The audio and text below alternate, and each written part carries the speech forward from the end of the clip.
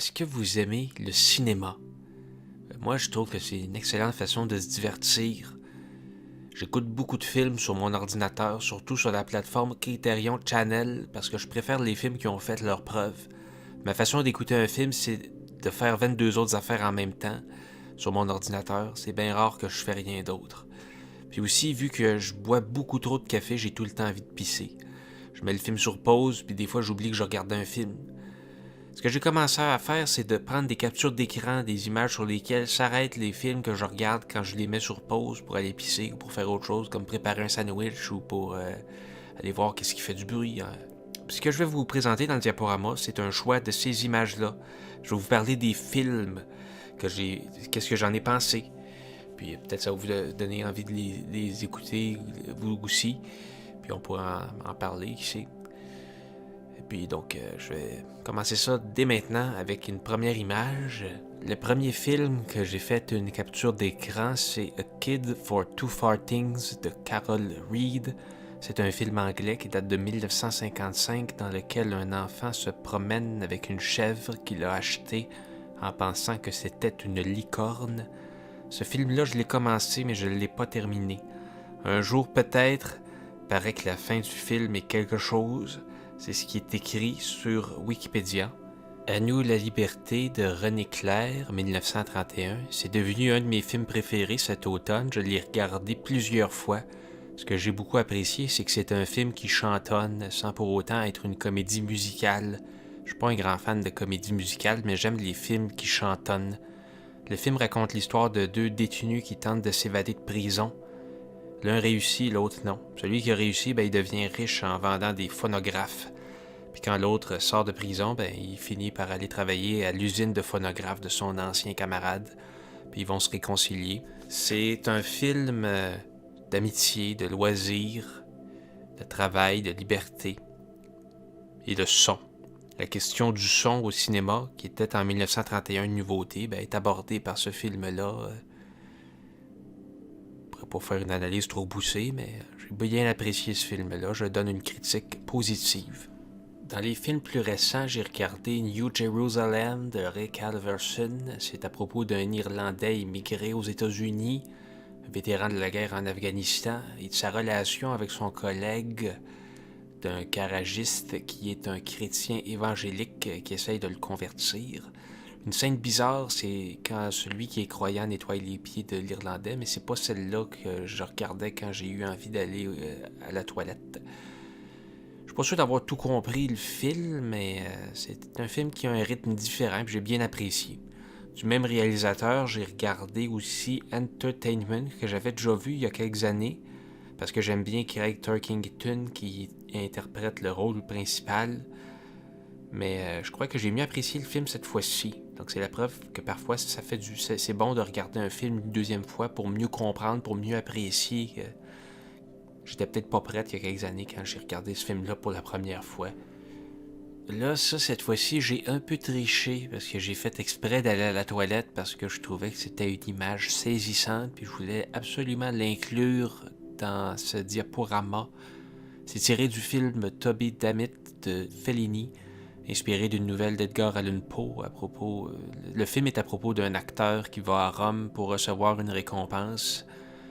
L'acteur est possiblement altéré par l'abus de l'alcool et de la drogue. Et puis il voit le diable dans la forme d'une fillette qui joue à la balle. Un autre film de Fellini que j'ai semi-regardé, c'est Elana Veva, ou en français Évoque le navire. Je voulais regarder un film qui se passe sur un paquebot, mais j'ai un peu arrêté d'y porter attention après la scène du rhinocéros. Malgré tout, je suis retourné vers la fin, puis ça, cette image-là que vous voyez en ce moment, c'est une image qui est à la fin du film. Je pense pas que ça vole le punch vraiment. Je dis le punch, c'est pas un film à punch tant que ça, mais... En tout cas. À ma sœur Catherine Breillat, 2001, c'est un film qui avait été interdit en Ontario en raison de la représentation de la sexualité des adolescents du film, qui se concentre sur la relation entre deux sœurs, Anaïs, 13 ans, et sa sœur Elena, de 2 ans, son aînée.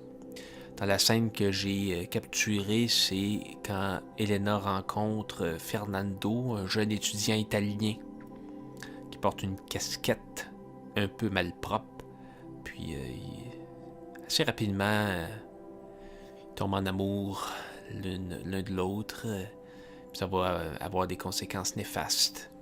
Le film Woman de George Cukor est assez particulier en cela qu'aucun personnage masculin est vu ou entendu de tout le film.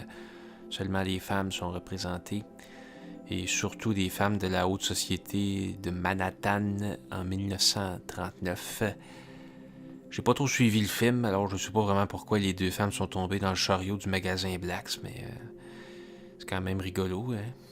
C'est un film qui fait rire par moments. Le 7e continent de Michael Haneke, la scène du bol de céréales, c'est pas la scène la plus flippante du film, mais c'est une scène qui m'a donné faim. Je suis allé me préparer un bol de céréales. La prochaine pause du film que j'ai faite, c'est quand le film, ils se mettent à tout briser dans la maison. Puis c'est un film que je recommande. J'ai presque pas mis sur pause. Ça ici, c'est le plus vieux film que j'ai regardé ces dernières semaines. Je l'ai regardé sur YouTube.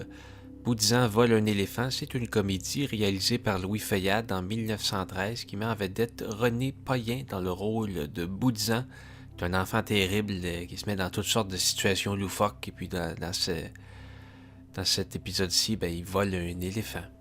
Regarder un film un peu plate, ça fait du bien parfois. Un film qui s'appelle Un dimanche à la campagne, il faut que ça tienne ses promesses, il faut que ce soit un peu plate. Ça raconte l'histoire d'un vieux peintre pas particulièrement bon, mais qui a quand même fait une belle carrière dans ce domaine-là, qui reçoit ses grands-enfants dans sa maison à la campagne par un beau dimanche. Puis on réalise au fil du film qu'il préfère sa fille à son fils. Ça, c'est la première capture d'écran que j'ai faite sans savoir à quoi ça me servirait. C'est une série télé, tout en allemand, je comprends rien. Je voulais lire le livre dont c'est l'adaptation, je ne l'ai pas trouvé à la librairie. Cette image-là, je pense que c'est une scène de meurtre dans un flashback, mais tout est en allemand, je comprends pas l'allemand. Il faudrait que je reste la tête collée devant l'écran sans manquer aucun sous-titre. Mais pendant que je regardais, ou j'écoutais plutôt cette émission-là, c'est pendant que je faisais la vidéo sur La nuit passée au terminus. Ça a peut-être un peu imprégné la vidéo d'une façon un peu étrange, étant donné que je comprenais pas vraiment ce qui se disait, mais il y a des scènes de gare qui m'ont quand même beaucoup plu. Judex de Georges Franju, le remake du film épisodique de Louis Feuillade.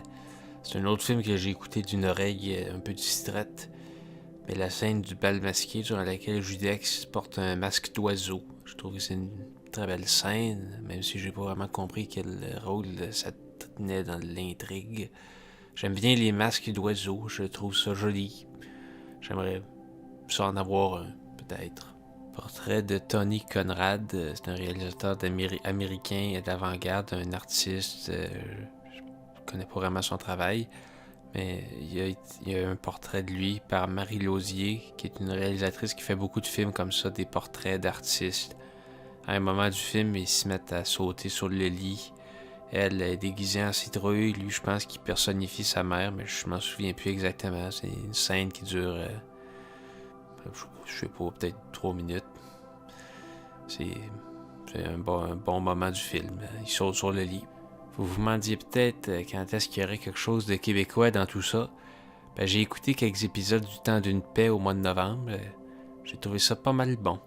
Ici, on a une image mystère. Je sais plus du tout de quel film ça peut venir. J'ai pas dû le regarder au complet. J'ai intitulé la capture d'écran « Lutter pour exister ». Limelight de Charlie Chaplin. Dans ce film-là, Charlie Chaplin, il joue un vieux clown de musical qui sauve une jeune femme du suicide.